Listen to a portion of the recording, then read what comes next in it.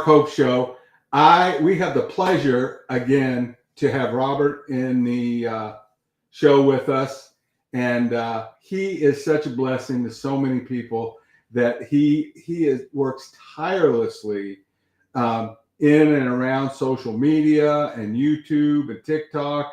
We're currently writing a book about his life story to inspire people to get a live donor, and he's got quite a story. And if you saw our pilot episode of this show with Robert, he told a couple of stories, and we'll get more into that. But today we have a special guest, right? Right. Miss Yolanda's backstage, and we'd like to bring her on. And Robert, will you do the favor of kind of interviewing her? And the goal here is we want to get all of her story in and what she's doing, and we want to find a donor, a living donor for her. And it doesn't have to be. Is she in Mississippi? No. Okay, so she could talk about where she's at, but it can be anywhere in the United States. My donor came from Colorado.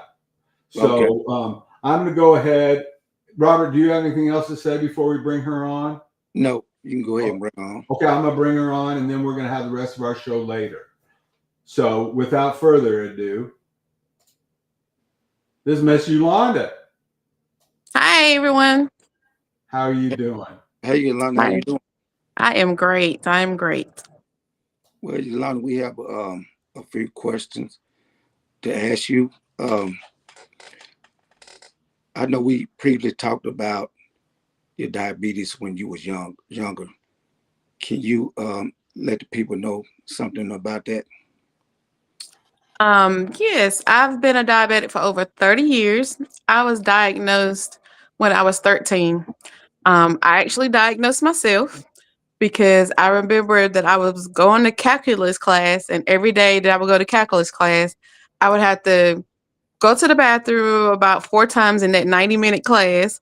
I was excessively thirsty. I was extremely tired and sleepy. So I would go to sleep, get up, have to wake up, have to go to the bathroom, and then go get water right after. And I did that for about a week. And in that week, I lost 20 pounds. So I told my mom, I was like, hey, I think I'm diabetic. We need to go get me checked out. And sure enough, when I went to the doctor at 13, my blood sugar was 311. And the doctor looked at me and he was like, you're going to die. You're going to die. And back then, their main focus was making sure that you was on your medication for diabetes. They did not talk to you about things that diabetes could bring upon you. Like, they did not talk to you that diabetes affected every single part of your body. And when I say every single part of your body, I mean every single part of your body, from the hair on your head to the toenails on your toes. Diabetes can and will affect it. So, for a while there, my diabetes was very controlled. It was very controlled because I was a child. So my mom made sure that everything, was right. But as I got older, and being that I wasn't aware of how much diabetes affected the body, things change, things happen. When you get older, you're a young adult, you want to do what you want to do. You're not necessarily wanting to go to the doctor and follow this and follow that. You want to be like everybody else. And that's what I did. So after 30 years dealing with diabetes, so tell us the transition from diabetes to doing peritoneal dialysis. Again, like I said, because I didn't know that diabetes affected everything. I didn't know it was slowly killing my kidneys. I was unaware of that. However, I started once my blood sugar was under control as an adult.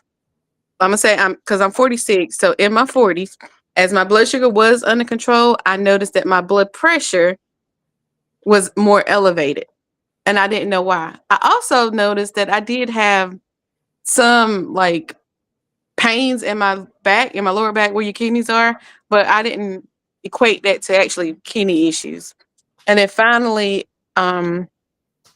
one day I went to the doctor and I was told that I was in stage 4 kidney failure. And she was like, well, You can keep it at stage 4 for a while, but eventually it's going to fail.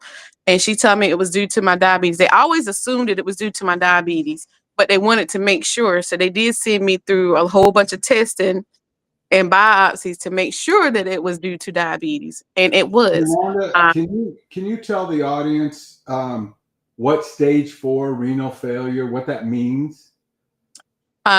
Stage 4 is when your kidneys are functioning at probably about 20%. Gotcha. Right. Your it's called a GFR, and it's based on your I can't say the first word. It's glomerular filtration rate. It's how fast that glomerular filtration rate, Right. and it's how fast your kidneys are detoxifying or filtering the waste out of your body. Honey, when Normal you were 13 years old, you were telling the doctors what to do. You don't need to worry about what words you could say or not. You're doing awesome. Normal people, their function is like 90 to 100, most people. Right. But as you Right. get older, it does decrease. As you Yes. get older, Right. naturally it decreases. So at stage 4, mine was like it was like 22% is what it was. Right. And the doctor, she was like, whoa. So then I had the bright idea that I'm going to work out and I'm going to exercise and I'm going to lose weight and I'm going to cut out meat and all of this because I was determined to heal myself. Right. And I started taking a protein supplement that had creatine in it. Creatine is very bad for your kidneys. I don't care how old you are. Creatine is very bad for your kidneys. It will kill your kidneys just as quick as diabetes will kill your kidneys. So I went from stage 4 to stage 5 in a matter of a few months. What because you I was, talking about after you were taking the creatine? yes, Okay. because I didn't know that. Right. I understand that because when I started working out, I was going to take the same thing, but I asked my doctor. They told me no, it was bad for you, so don't take it. So Well, I found that out. after you were diagnosed, did you ever get on dialysis in the center, or you went straight?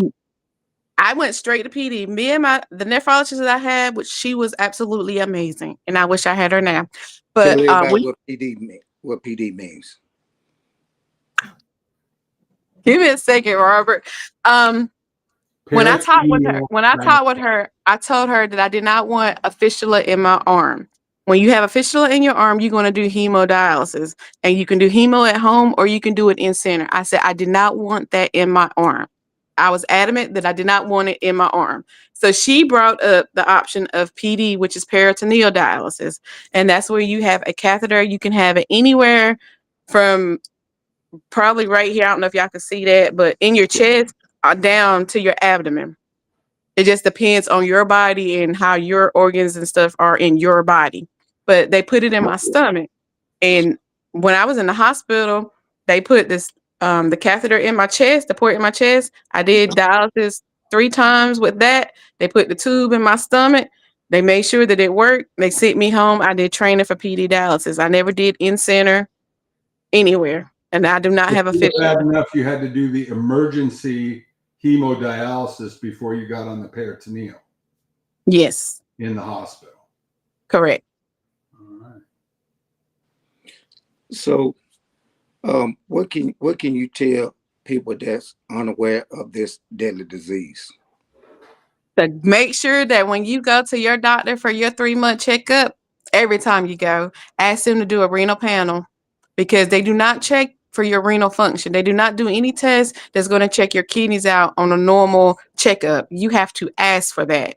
And if they ask you, hey, why you want that? I mean, there's nothing wrong, blah, blah, blah, blah. Just tell them, I want to see, I need to know what my number is. You need to know what your filtration rate is, because if you are in your, let's say if you're in your 20s to 30s, you should still be good. You should still be at 90 to 100%. And if they do that test the first time and they see that you're at 75%, hey, something is going on. We need to see what's going on, because right then you're in stage 1. Okay, so are you on the kidney transplant waiting list? I am. I'm actually on 2. I'm on one for ECU Health, and I'm on. I live in North Carolina. There So you go. I'm on one for ECU Health, which is in North Carolina, and the other one is Duke. Duke University Hospital. So I'm on 2 right now, but my hope is that before the end of the year, I'll be on about 4 or 5 because I'm trying to go to different states too. So Yolanda, when I first met you, we were talking about positive vibes. Of So, course. so what kind of positive you can give the people out there that's watching this show? My main thing for me is that every morning I wake up, that means I have another chance to do something different. So I have no choice but to be positive. I believe in God, and that's my higher being. Yeah. And as long as He's waking me up, then He's giving me the opportunity to do something different. I stay positive about this journey, regardless of what I'm going through. Dialysis does take a lot out of you. It does drain you. Chemo more so than PD, but PD brings about more the possibility of more infections. However, I look at it as like this is what's keeping me alive right now. This is what's keeping me going right now. There's nothing that I still can't do this to enjoy my life. So I want to be that. So I'm going to be positive about it. I'm going to be silly about it. I've named my catheter. Her name is Francine. My machine name is Dylan. We have conversations when they want to act up because that's what you have to do. You have to keep your mind in a great spirit and in a great place to where you're not dwelling on the fact that, hey, I got kidney failure. I overlook it. I mean, I know it's there, but I don't put it on the forefront of my mind to keep me from doing the things that I want to do. And the funny thing is that since I've been on dialysis, I have more confidence. I am more outgoing, and I do more things than I ever did before I ever got sick. Yolanda, how long have you been on dialysis? I've only been on dialysis since August the 17th of last year, August the 17th of 2024. And that has relieved a lot of your symptoms, your itchiness, and a lot of the fatigue. That's helped with that a little bit. Yes, I mean, I don't notice any of that now. And the funny thing is that I thought the itchiness was that I got bit by something. Right. Hey, Mark. Well, Yolanda, I'm gonna kind of end this. You are welcome to come back to the Mark Hope Show with Robert on kidney issue stuff. Tell your story. I am going to put a link to a class that I've developed for people to use social media to reach out and find a live donor. And that's going to be at markhope.com/kidney class. I'm going to put it in the notes of this video on YouTube, and then you're going to share that around. And if you need any help, we have a team of social media experts, including Robert, that can help you tell your story and why, somebody should give you a kidney. And the first thing that I say is that you are so strong and so positive and absolutely worth somebody supercharging you with a kidney so that you can get out there and help others. And when they hear your story, especially when you get the call or you get your live donor and they set a date, I want you to come back on the show and check in with me and Robert again, okay? Okay. Thank you.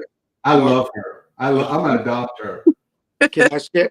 Yeah, she's real sweet, Mark. She's smiling all the time.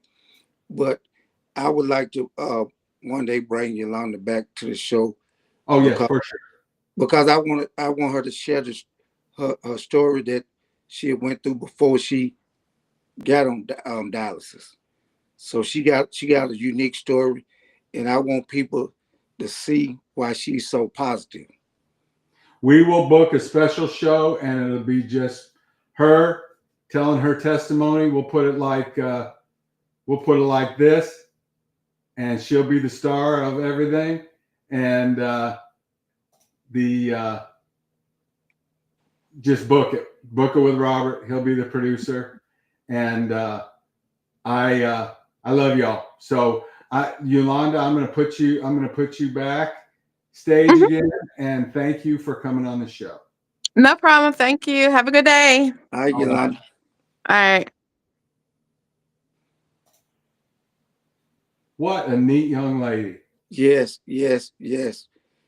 I, she's awesome, Mark. She come on my live, and she been riding with me for a long time now. Ever since I've been on TikTok, she come on my live, and you know, sometimes we have these conversations, and even though we haven't seen each other face to face, we still can build the bond together. You know, and what you see with that smile is what you get. I call it $1 million smile. You know, and you know as well as I know that you have to have that positivity to make it. You know, you absolutely have to have that positivity because it's hard. You know. What I want you to send me that link too about like you were telling her about finding a living kidney donor. Social media class. Right. Because I want to share with the people on my platform, and they Yeah, can go. and I don't have it completely done, but Okay. I have a link on, and I'm going to share my screen real quick, Robert, and then we'll figure something out here in just a minute. But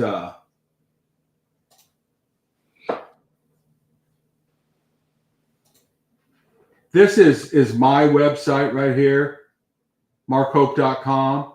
Right. And if they look right here in the menu up here, Yes. it'll say kidney class. And if they click on that, then all these menus on the side have, you know, how to find a donor, creating a website, and there's a video of this old guy here that talks about all of this stuff to do. And it goes through all of TikTok and Instagram and that kind of thing. And I will put that link in the show notes of this show. And Robert, I'm going to send it to you in an email. So when you're doing your TikTok stuff and all of your outreach, then you could just send it to all the people. Because if we give them power to, I think Yolanda's trying to get our attention. You see her there? Yolanda. No, she just didn't turn her camera off. I thought she was waving at me like that. But if we can give them the power to tell their story to as many people, they're going to get a kidney. And that's, you know, Yolanda is going to be, because I was on peritoneal dialysis when I crashed. And Right. I went down to, you know, 5% on my, you know, creatinine or EGFR or whatever. Right. And I was a wreck. I mean, I looked like a walking corpse. It was awful. And then they got me on the peritoneal dialysis, and that brought me up to about 20%, Right. 25%. And when you're on zero, you know, 25% feel pretty good. Right. That's true. And then I got my kidney from my son-in-law, and I'm back up to 85, 90%, you know. That's So great. Great. it's a blessing. It's a blessing for these Blessing. kids. And, you know, she is right about the peritoneal dialysis. One of the things since I got my kidney 6 weeks ago, I'm not so self-conscious about my port, you know, because I had to be really careful. It's an open wound with a tube sticking out of it, and if you Yes. get it infected, then Right. you have a Peritonitis. peritonitis. Thank you, and that's bad. So now when I get out of the shower, I forget that I don't have to go to my prep station and put everything on and put the cream on and the antiseptic and the blah blah blah, and it's like I've been, you know, relieved of a burden, you know. Hey, Mark, I just got a text from Yoli, and she said, tell you that her GFR was 0. There you go. That's Yeah. crazy. Uh, I wonder what it is now on dialysis, if she's got any improvement at all. Right. And I know, Robert, I know you do a lot of education, and I want to make sure that we have a link to your stuff, you know, and as you're looking at that kidney class content, Right. and it'll grow with flashcards and different other things, but I want to get you a website, you know, so there's a main hub where people can come and see you and you know, tune into what you're doing and all Right. your links for everything. Okay. And you let me know when that happens. And you were writing a book. Yes, I got the front story, like the beginning story. When I was a kid, my mother was on dialysis for 35 years, all the way up to I had a kidney transplant, and my sister had a kidney transplant. So I You got have that all written out in like a Word document or something? right. I already had that typed up right there. You I send that to me, and I will send it to the staff at the kidney support staff that are going to help teach these people what's going on. And I will process that into version 1 of your ebook. Okay. Okay. And you remember when we first talked, somebody wanted to charge you $5,000 for that? Right. It's crazy. You know, Yes, we need to do things for people and give of what we're doing. And it can't always be about money. Here's a guy who's knocking it out of the park, trying to help people in the world, and they want to charge somebody, you know, $5,000. I have people mark that, you know, when I started doing TikTok, you know, I was wondering how can I give back. So how can I help? So I'm not gonna hog all the show. So I'm gonna let other people come on and share their stories. And then on my videos, I'll ask myself, how can I help? So I said, well, I'm gonna start doing videos of people let them know that they looking for a kidney donor. And to my surprise, you have people telling me that they never saw that before, you know, and I told them it don't cost me a thing.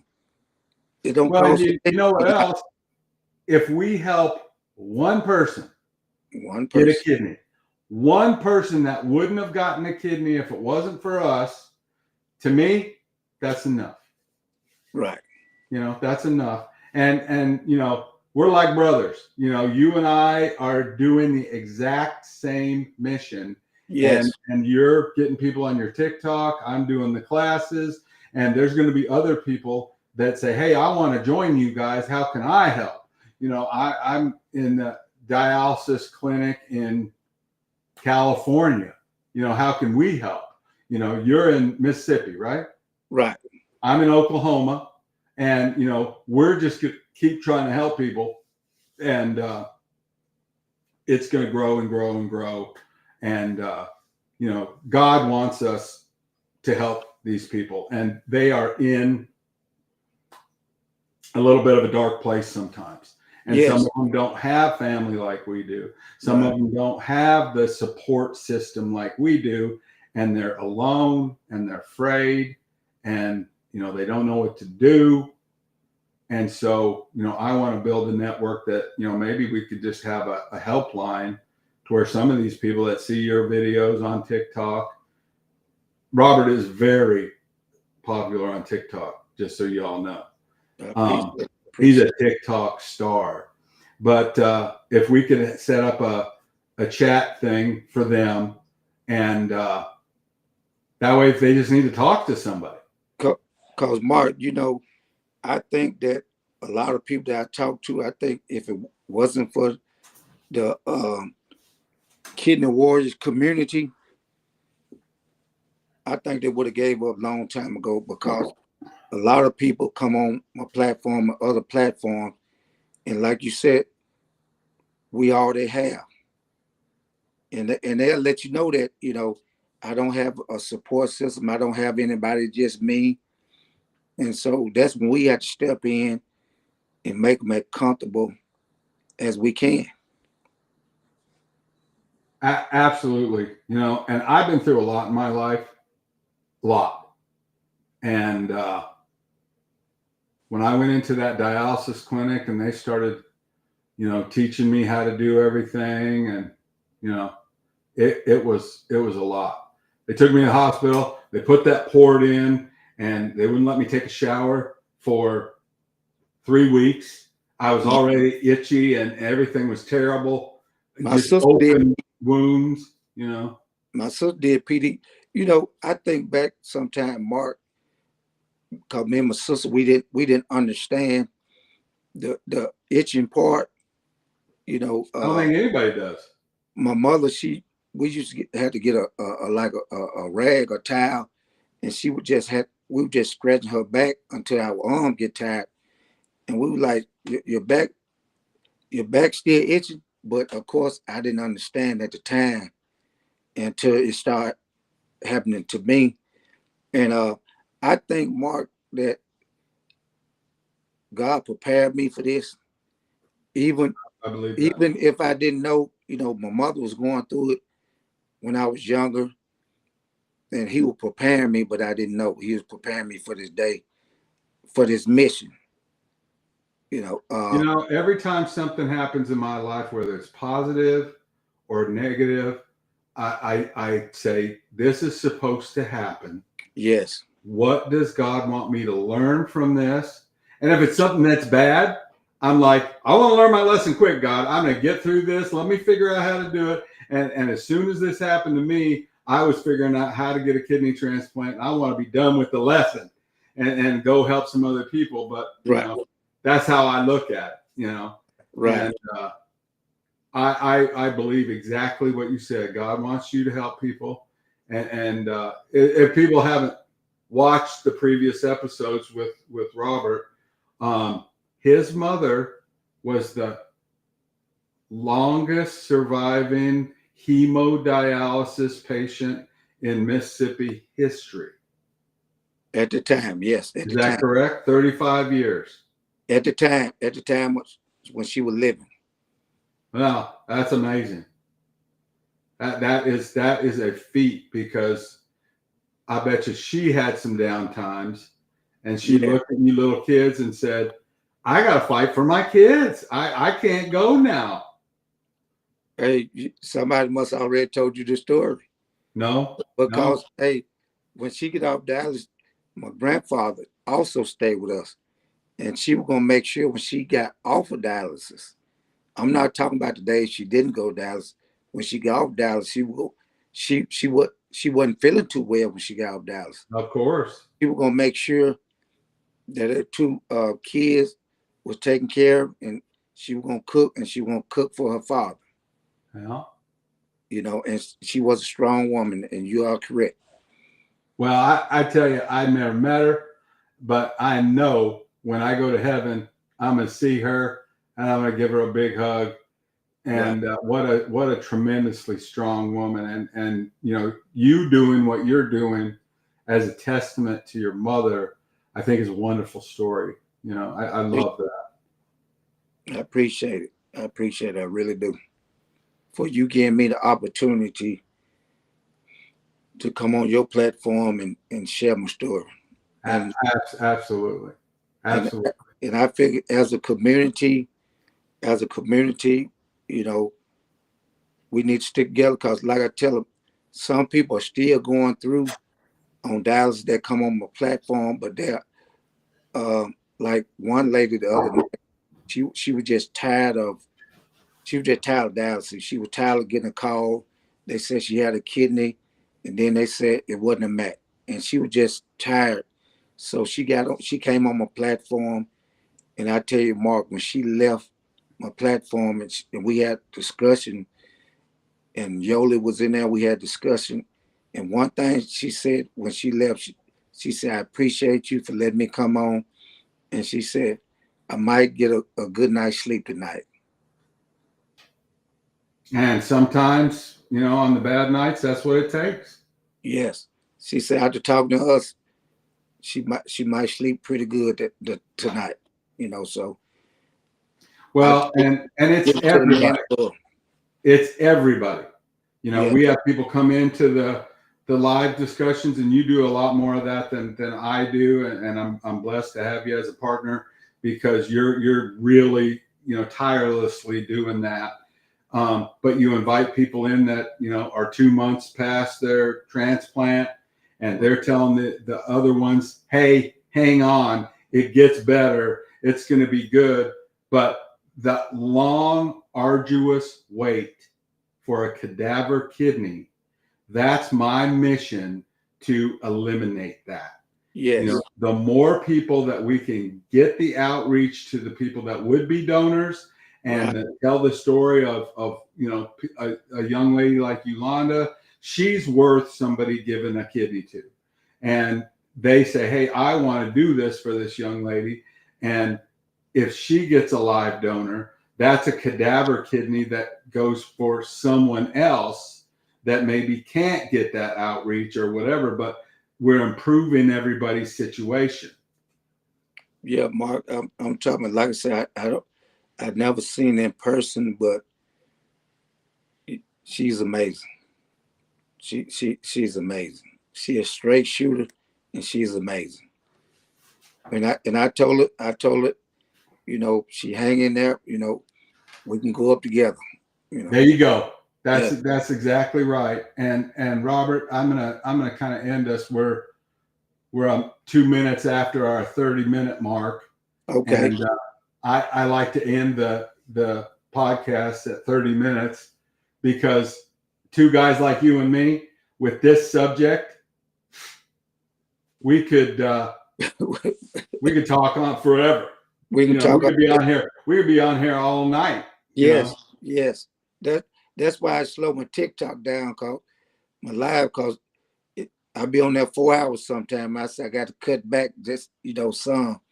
You know, I know you do, and it's absolutely, you know, wonderful.